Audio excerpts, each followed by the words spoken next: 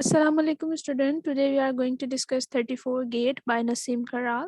इसकी exercise हम पहले cover कर चुके हैं. Now we will cover the summary of this chapter.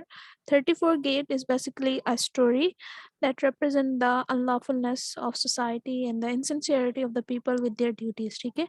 Naseem खराल ने अपनी इस कहानी के अंदर ये बताया कि किस तरीके से जो है लोग अपने जो बहुत ज़्यादा ऑनेस्ट नहीं है अपनी जो ड्यूटीज़ हैं उनकी, और किस तरीके से जो एक पावर और अथॉरिटी वाले पीपल जो हैं उनका मिसयूज़ दिखाया कि किस तरीके से वो अपने पावर को और जिनके पास अथॉरिटी होती है वो उस चीज़ को मिसयूज़ करते हैं, और साथ साथ जो उनकी रिस्पॉन्सिबिलिटीज़ होती हैं उनको डिनाई करते हैं. ठीक है, तो ये स्टोरी भी इसी के बेस के ऊपर है. ठीक है, अगर हम स्टोरी देखें, in the story a graduator Sakhar Baraj found a dead body of a woman who was in the dress of the bride, and then he decided to report about it.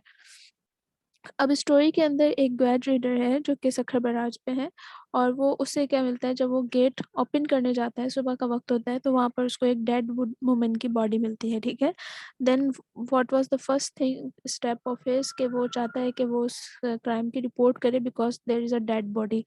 He went to the police station of Sakhar, and that is near to the place, but the police wasn't interested to take the case, and he insisted that they were ready to listen about the case. When the old man told them about the murder, they start suspect on him. ठीक है, तो जब वो police station जाता है तो वहाँ क्या होता है कि वो एक तो वो पहले उस ओल्ड मैन को सुनने को तैयार ही नहीं होते, बिकॉज अब उसकी जो ड्यूटी थी कि उसने एक डेड बॉडी को देखा है, तो उसकी रिस्पॉन्सिबिलिटी थी कि वो उस क्राइम की जाके रिपोर्ट करवाए पुलिस स्टेशन में. लेकिन जब वो वहाँ गया तो वो उन पावर उन अथॉरिटी वाले पीपल्स के पास, तो उन लोगों ने क्या किया, एक तो वो उसको वापस भेजना चाह रहे थे, वो उसको सुनना नहीं चाह रहे थे कि वो उस क्या क्या काम करवाने आया है, किस लिए आया है.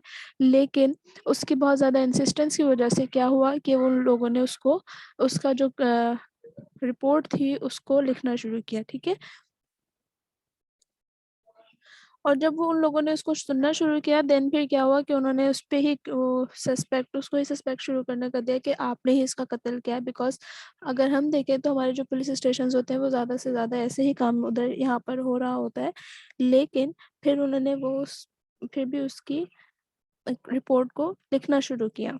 Then when he told about that the body was on 34th gate of the paras, ठीक है, तो फिर उन्होंने पुलिस स्टेशन वालों ने क्या कहा कि ये बॉडी हमारे अंडर में, ये प्लेस हमारे अंडर में नहीं आती है. देन उसको क्या कहा गया कि आप जो है रोरी स्टेशन पे जाएं ताकि वहाँ पे आप जाके अपनी ये रिपोर्ट करवाएं. और जब वो वहाँ गए, वहाँ के जो स्टेशन था उन लोगों ने इस रिपोर्ट को लिखा भी, और वो लोग उस सर्च में भी निकले. लेकिन फिर बाद में उन्होंने क्या किया, the same process was over there कि उन लोगों ने भी जो है बॉडी को क्या कहा कि वो 33 गेट के ऊपर है. ठीक है, तो इस तरीके से अगर हम देखें तो जो स्टोरी के अंदर क्या हुआ कि जो ओल्ड मैन को वापस जो 2 पुलिस स्टेशन से वो प्लेस टू प्लेस उसको भेजा जा रहा था.